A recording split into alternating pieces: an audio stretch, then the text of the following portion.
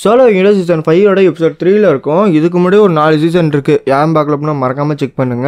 And நம்ம சேனல்ல இப்போ கரண்டா பிளாக் க்ளோவர் கூட ஓடிட்டு இருக்கு, அதையுமே செக் பண்ணுங்க. டீமன் ஸ்லேயர் கம்ப்ளீட் பண்ணியாச்சு. ஸோ என்ன வேணுமோ அதை பிளேலிஸ்ட்ல செக் பண்ணுங்க. ஸோ வெல்கம் டு சிச் ஃபேமிலி. நம்ம பார்க்க போகிறது சோலோ விங்கடோ சீசன் 5 எபிசோட் 3ல இருக்கும். ஸோ ஸ்டார்ட் பண்ணலாமா? இந்த போர் ஆரம்பிச்சதுலேருந்து இன்னுமே அமைதியாக இருக்குது. எதுக்காக இவன் ரொம்ப வெயிட் பண்ணிட்டு இருக்கான்? நான் 10 மில்லியன் சோல்ஜர் இங்கே தூக்கிட்டு வந்து நிறுத்திருக்கேன். ஒருவேளை அந்த 10 மில்லியன் கணக்கால தான் டேரெக்டாக மோதனா ஆபத்துன்னு சொல்லிட்டு ஓடி போய் ஒழிஞ்சுக்கிட்டானா என்ன பண்ணிட்டு இருக்கான்னு சொல்கிறப்ப இவன் மேலே அவன் வந்து மோதும். என்னன்னு பார்த்தா மிசைலு 1-2 இல்லை எக்கச்சக்கமாக வந்து மோதும். அந்த இடமே டமால் டுமில் டமால்னு வெடிக்க, சார் நாங்கள் டார்கெட் ஹிட் பண்ணிட்டோம், விறகுனால பார்க்க முடியாதுன்னு சொல்கிறதுக்குள்ளே இந்த போட்டு ஃபயர் அப்படியே டமால்னு வெடிக்கும். அப்படி வந்து பார்ப்பானா, என்ன இது இதுங்கிறப்ப அந்த இடத்த பார்த்தா கதி கலங்கி போயிடுவீங்க. பயங்கரமா இருக்கும். போர் அடிக்குதுடா எனக்கு அப்படின்னு இவன் ஒரு பிளாஸ்டா போடுவானா, அவ்வளோதான், அங்கே இருக்க எல்லாரும் காலி. அதே இந்த படி ஜின்னோட கோட்டையை கட்டுறானுங்க. இவன் கொஞ்சம் ஒரு மார்க்கமாக தான் உட்காந்துருப்பான். மேலே பார்த்தோம்னா மை லீக்னு எழுதியிருப்பானா, வெறும் பார்த்து இவனா பண்ணியிருக்கா அப்படிங்கிற மாதிரி யோசிச்சுட்டு இருப்பான். தலைவா இப்போ போகிறது ரொம்ப ஆபத்து. ஆமாம், பெலியன் சொல்கிறத நானும் ஒத்துக்கிறேன். இங்கே பாருங்கள், எனக்கு நல்லாவே தெரியுது நீங்கள் 2 பேரும் என்னோட சேஃப்டியை கேர் பண்ணுறீங்க. பட் என்ன பண்ணாலுமே சில நேரத்தை ஆபத்தை தவிர்க்க முடியாது, அதை எதிர்கொண்டு தான் ஆகணும். ஆஸ்பான் எனக்கு முன்னாடி உள்ளவன் இந்த செயலை பார்த்து தான் எனக்கு இதே கொடுத்துட்டு போனா. ஒருவேளை இந்த சமயத்தில் அவன் இருந்திருந்தான்னா என்ன பண்ணியிருப்பான்? என்ன பண்ணணுமோ அதை தான் பண்ணியிருப்பான். ஸோ அப்படி இருக்கிறப்ப வேற வழியே இல்லடா அப்படிங்கிற மாதிரி சொல்லிட்டு இருப்பான். நம்ம பெலியனுக்கு ஒரு மாதிரியாகும். திரும்பி பார்த்தா இவன் சிரிச்சிட்டு இருப்பானா, இவனுக்கு அவனை பார்த்தா மட்டும் இருக்கும், யார ஆஸ்பானை பார்த்த மட்டும் இருக்கும். இப்போதான் எனக்கு புரியுது அப்படின்னு 3 பேர், அதாவது பெலியன், இகரிஸ், பெருன்னு 3 பேருமே மண்டிக்கிட்டு நாங்கள் எப்பயுமே உங்கள் பின்னாடி நிற்போம், நாங்கள் சாகிற வரைக்கும் இருப்போம் அப்படிங்கிற மாதிரி சொல்லுவாங்க. வெரி வெல், போகலாமா அப்படின்னு சொல்லி இவங்க 3 பேர் கிளம்புறப்ப இவன் ஃபோன் எடுத்து பார்ப்பான். தலைவா வேணும்னா உங்கள் ஃபேமிலி கால் பண்ணி பேசலாம்ல. இல்லைடா, இப்போ மட்டும் அவங்க வாய்ஸை கேட்டேன், நான் பண்ண வேண்டியதாக பண்ண முடியாமல் போயிடுன்னு சொல்லி ஃபோனை உடச்சிருவான். இந்த போட்டு அவங்க அம்மா அவங்க பாப்பா எல்லாத்தையும் நினச்சி பார்த்துட்டு போகலாம் அப்படின்னு சொல்லிட்டு போவானுங்க. அதே சமயம் ஜெட்டுக்கு போயிட்டு இருப்பாங்களே, அவங்க எல்லாத்தையுமே ஒரு டிராகன் வந்து கடிச்சு முழுங்கிட்டு இருக்கும். அங்கேருந்து பறந்து வந்து கீழே இறங்கினா அங்கேயுமே இருப்பானுங்க. இந்த போட்டு சுற்றி முத்துல அந்த இடமே பார்க்குறப்ப ஒரு கோரமா ரத்த வெறியா இருக்கும். ஸோ அங்கேருந்து தப்பிச்ச ஒருத்தர் என்ன பண்ணோன்னா திரும்பி சுற்றி பார்த்துட்டு இருப்பான். டக்குன்னு பார்த்தா அவன் பின்னாடி பெரிய ஒரு டிராகனு கடிக்க மாட்டான்னு வந்துகிட்டு இருக்குமா. அங்கே பக்கத்தில் ஒரு கன் இருக்கும், அதை எடுத்து டமால் டுமில்னு சுட்டுக்கிட்டே இருப்பான். இவன் சுடுறது அதுக்கு ஒரு ஸ்க்ராட்ச் கூட கொடுத்துருக்காது. டேமிட், என்ன பண்ணுறதுங்கிறப்ப அப்படியே வாயை பொழந்துட்டு வரும். அவ்வளோதான்டா, நம்ம ஜோலியை முடிச்சு விட்டாங்க அப்படின்னு சொல்லி கண்ணை மூடி பயத்தில் இருக்கிறப்ப இவனுக்கு எதுவுமே இருக்காது. என்னன்னு பார்த்தா அவன் கண்ணு முன்னாடி அது 2ஆ விரிஞ்சு கிடக்கும். கடவுளே, இது அண்டர் ஜின்னு வந்துட்டாரு.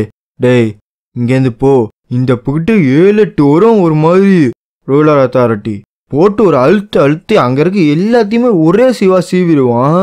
இதுதான் இந்த போரோட ஃபர்ஸ்ட் ஸ்டெப்பு. இதுக்கப்புறம் இவங்களே போதும் எனக்கு அப்படிங்கிற மாதிரி அரைஸ் அப்படின்னு சொன்னோன்னே இந்த படம் செத்தானுங்களே அவங்க எல்லாம் ரிட்டர்ன் வருவானுங்க. சேடம் மனார்க் வந்துட்டான் போல இருக்கு, ஈஸ்டர்ன் சைடில் வந்திருக்கான். அப்படின்னா நம்ம டேரெக்டாக போய் அட்டாக் பண்ணிடலாமா? இல்லை, அந்த சேடா ஆர்மியை என்னால் ஃபீல் பண்ண முடியல. என்ன பண்ணியிருக்கான், எதுக்காக சேடா ஆர்மி இல்லாமல் இங்கே வந்திருக்கான் புரியலையே. ஒருவேளை அவன் என்னோட சோல்ஜர்ஸா தன்னந்தனியாக வந்து அடிக்கிறான்னு வந்திருக்கானோ?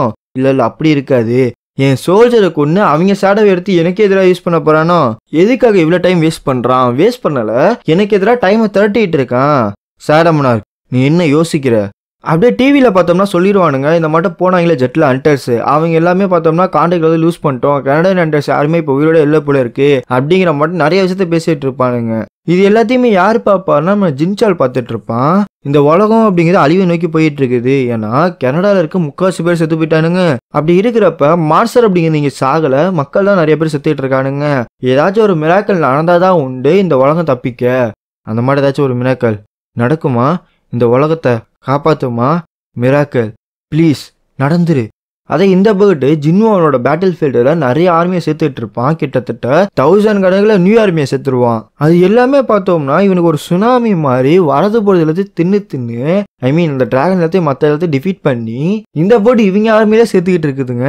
இது வந்து ஜின்னுக்கு ரொம்ப ஹெல்ப்ஃபுல்லாக இருக்குது. ஏன்னா அங்கே நடக்கிறது எல்லாமே சம்பவம் அப்படிங்கிற மாதிரி அங்கிட்டு தெரிக்கிறது இங்கிட்டு தெரிக்கிறது, அங்கிட்டு சீவுறது இங்கிட்டு சீவுறதுன்னு சொல்லி ரத்தம் அப்படியே பீச்சிக்கிட்டு அடிச்சுட்டு இருக்கும்.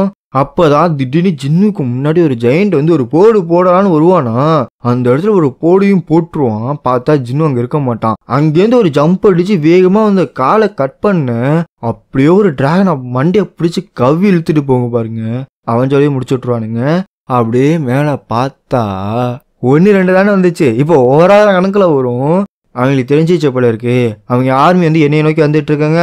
நான் டிராகன் மார்க்கை ஃபீல் பண்றேன். ஸோ அப்படி இருக்கிறப்ப எதுக்காக அவன் இன்னும் மூவ் பண்ணாம இருக்கான், என்ன பண்ணிட்டு இருக்கான் அப்படின்னு சொல்லிட்டு இவனுக்கு ஒரே குழப்பம். எப்படி இருந்தாலும் டிசப்பாயிண்ட் ஆக வேண்டிய அவசியமே கிடையாது. ஏன்னா டைம் நிறையவே இருக்குது. ஒருவேளை அவன் நவுரத்துக்கு யோசிச்சுட்டு இருந்தான், அவன் எஸ்டேட் பண்ணான் அப்படின்னா அவனை நான் நவுர வைப்பேன் அப்படின்னு. இப்பதான் ஒரு ஜெயண்ட் செத்து பண்ணல, அவன் எந்திரிச்சு இந்த பக்கத்து மேல வர எல்லா டிராகனுமே பிடிச்சி அங்கிட்டு இங்கிட்டு அலசிட்டு இருப்பான். ஃபயர் பிரெத் மட்டும் அவன் எடுத்து ஒரு கக்குமா, அந்த ஜெயண்ட் ஒண்ணுமே இல்லாம போயிடுவான். என்ன தைரியம்டா அவனுக்கு, டிராகன் மோனார்க்கே எடுத்து நிக்கிறியா நீ எல்லாம் வெட்டுடா, நாங்களே போகும். அதாவது டிராகன் மோனார் கூட இந்த சின்ன படையே போதும் உன்னைய காலி பண்றதுக்கு. டேய் தம்பி நீ ரொம்ப பேசுறப்பா அப்படின்னு சொல்லி திரும்பி பார்ப்பான். பார்த்தா அங்கேருந்து ஜம்ப் அடிச்சு ஒரு போடுவான் பாருங்க. அவன் பேசின நாக்கு கழுத்தோட காண போயிரும். ஷேடோ மோனார்க் தாங்குற மாறிட்டே இருக்கான். நிமிஷத்துக்கு நிமிஷம் அவன் பவர் அப்படிங்கிறது அதிகரிச்சுக்கிட்டே இருக்குது. மோனார்க் ஆஃப் டிரான்ஸ்பிகரேஷன், நீ போய் அங்க போய் பாரு. பட் நீ கொடுக்குற அட்டாக் அப்படிங்கிறது சர்ப்ரைஸா இருக்கணும். டைரக்டா போய் நின்றாத, அதே மட்டும் தோத்து போயிடாத அப்படிங்கிற மாதிரியும் பின்னாடி இன்னுமே கேட்டு கிரியேட் பண்ணிட்டு இருப்பான். ஸோ இந்த பேட்டு போயிட்டு இருக்க. இன்னொரு சைடு பார்த்தோம்னா, அதாவது கனடாவில் இல்லாமல் பார்த்தோம்னா, மேபி இது கனடாவில் நடக்குதான்னு தெரில. எனக்கு தெரிஞ்சு கனடாவில் நடக்காது. ஏன்னா கனடாவில் யாருமே கிடையாது, மக்கள் எல்லாம் செத்து போயிட்டானுங்க. அதே இந்த பக்கத்து ஆர்மி சோல்ஜர் எல்லாமே சண்டை போட்டுட்டு இருப்பானுங்க. கொஞ்ச நேரம் ஹோல்ட் பண்ணுங்க, உங்க புல்லட் எதையுமே சேவ் பண்ணாதீங்க, இருக்கிறத அடிச்சு தெரியுங்க. ஏன்னா ஹண்டர்ஸ் வர வரைக்கும் பாதுகாக்கிறதே நம்ம தான், வேற வழியா கிடையாது, யாரும் சாகவும் கூடாது, சண்டை போடுங்க, சுட்டுக்கிட்டே இருங்கன்னு சொல்லி சுட்டுக்கிட்டே இருப்பானுங்க. ஆனா இவங்க எவ்வளவுதான் சுட்டாலும் அதுக்கு ஒண்ணுமே ஆகாது. ரத்தம் அப்படியே வாய் வெளியே பல்லு மேல பட்டு அப்படியே வெளியில வர மறைச்சிட்டு இருக்குமா. அங்கேருந்து ஒரு ஜெயண்ட் ஜம்ப் அடிச்சு வந்து மவனை மாட்டினீங்கன்னு உருவானா, அடுத்த செகண்ட் டம்மால்னு ஒன்று உருவான் மண்டையில. யாருன்னு பார்த்தா நம்ம தாமஸ். டேய் நீங்க எல்லாம் டஞ்சர்ல என்கிட்ட மாட்டினவையடா, நீங்களாம் என்கிட்ட சண்டை போட வரலாமா அப்படின்னு திரும்பினா, அந்த பீஸ்ட் முன்னாடி கூட சண்டை போட்டப்ப நீ அங்கே இருந்தவன் தானே, என்ன தைரியண்டா அவனுக்கு, அந்த ரூலரோட பவர் எடுத்துக்கிட்டா என்ன வேணா பண்ணலாமா. நான் தான் king of monstrous humanoids, iron body monarch. வாடா வந்து பாருடா, இந்த தடவை நல்லா புரிஞ்சுக்கோ, உன்னை காப்பாற்றி அவனும் கிடையாது. உனக்கு தெரியும்ல, நான் ஒரு செகண்ட் நீ கண்ணை மூடி திறக்கிறதுக்குள்ள உன் தலையை கையில் வச்சிருப்பேன், உன்னால என்னை தடுக்க முடியுமா. வெல் அதை பற்றி எனக்கு தெரியாது, ஆனால் இவங்களுக்கு தெரியும் நினைக்கிறேன் அப்படின்னு. இந்த போட்டி இவன் சாடக்கு பின்னாடி எக்கச்சக்கமான சோல்ஜர் இருப்பானுங்க. பார்த்து ரொம்ப நாள் ஆச்சே, எப்படி இருக்கீங்க மோனார்க் ஆஃப் அயன் அப்படின்னு சொல்லிட்டு பெலியன் வருவானா.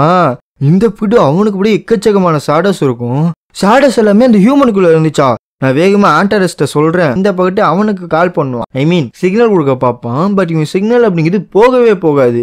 என்னடா சுத்தி முத்தி பார்த்தா நம்ம டஸ்க் இருக்கால, அவன் மேஜிக் யூஸ் பண்ணி பிளாக் மட்டும் போட்டு வச்சிருப்பான். ஸோ இப்போதைக்கு மோனார்க் டு மோனார்க் போற சிக்னல் அப்படிங்கிறது தடைப்பட்டுருச்சு. ஸோ இவன் ஜாமர் மட்டும் ஒர்க் பண்ணிட்டு இருக்கான். இது சேடா மோனார்க் கிட்ட இருந்து வர டாக்டிக்கே கிடையாது. இவன் என்னதான் யோசிச்சுட்டு இருக்கான்னு தெரியல. ஒரு சேட் ஆர்மியை இந்த மட்டும் யூஸ் பண்ணலாமா, இதெல்லாம் வேஸ்ட். அவன் ஹியூமன் மட்டும் திங்க் பண்ணிட்டு இருக்கான், அவன் மோனார்க் இருக்க தகுதியே கிடையாது. டேய் என்ன சொன்ன, என் தலைவனை மோனார்க் இருக்க தகுதி இல்லையா, ஒழுங்கா சொன்னதை திருப்பி வாங்கு, இல்லாட்டினா மவனு. என்ன தைரியம்டா அவனுக்கு, ஒரு மியர் இன்செக்ட், ஒரு மியர் ஷாடோ, இந்த மோனார்க் முன்னாடி அவளை திமிரா பேசுவியா, வாடா வந்து பாடுறான்னு 2 பேரும் கத்த. இவனோட ருத்ர ரூபத்தை எடுப்பான் பாருங்க. இந்த பகுதி பேரு அவனுக்கு சின்னதா இருப்பான். பட் இவன் பவர் ரிலீஸ் பண்ணி 2 பேரும் இப்ப டோக்கு போற மாதிரி நிற்பானுங்க. நெருப்பெல்லாம் போய் பனியா விழுந்துட்டு இருக்கும். இவன் இப்படி பார்க்க, அந்த பக்கத்து அவனும் இப்படி பார்க்க, 2 பேருமே நேருக்கு நேரு பாக்குறாங்க. ஸோ ஆஃப்கோர்ஸ் இப்போதைக்கு பனி விழுகுது அப்படின்னா ஒரே அர்த்தம் தான், ஒன்னு அவன் முன்னாடி வந்திருக்கணும், இல்ல ஜின்னு எல்லா படையும் போட்டு தள்ளி இருக்கணும். Love you so much.